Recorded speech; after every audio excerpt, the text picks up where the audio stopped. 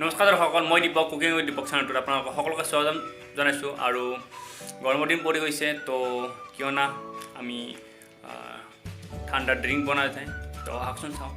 তো আজি আমি বনাবলৈ গৈ আছোঁ নেমুৰ চৰপত। খুবেই হেল্ডি হয় আৰু অতি সহজে বনাব পাৰি। তো আহকচোন চাওঁ। তো পোনপ্ৰথমতে আমি পানী দুগিলাচ দি ল'ম।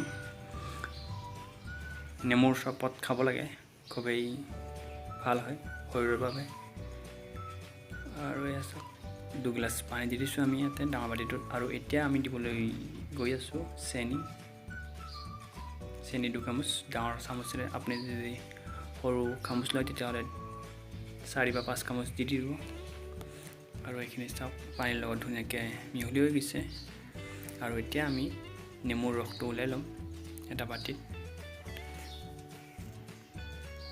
প্ৰায় আধা কাপমান নেমুৰ ৰস ওলাই ল'ম। আধা কাপ নেমুৰ ৰস আমি ওলাই লৈছোঁ। আৰু এতিয়া এইখিনি নেমুৰ ৰসখিনি আমি চাকনিৰে চাকি ল'ম, যাতে নেমুৰ গুটিবিলাক নেমুৰ চৰপতত নপৰে।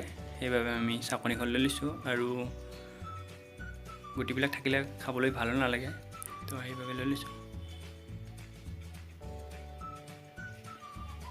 এতিয়া আমি দিবলৈ গৈ আছোঁ ক'লা নিমখ আমি আধা চামুচ দিছোঁ। আৰু এয়া গোলমৰিচৰ গুড়ি অলপমান দি দিছোঁ, আৰু অলপমান পাছত দিম।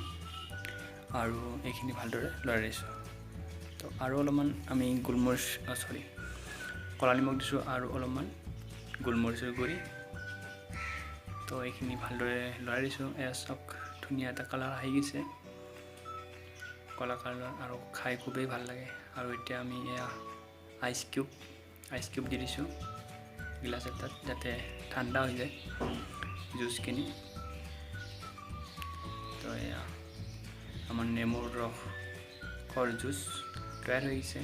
আৰু এতিয়া আমি জাষ্ট অলপমান গাৰ্নিছ কৰিম। অলপমান নেমু কাটি কিনে দিছোঁ, আৰু এয়া মিণ্ট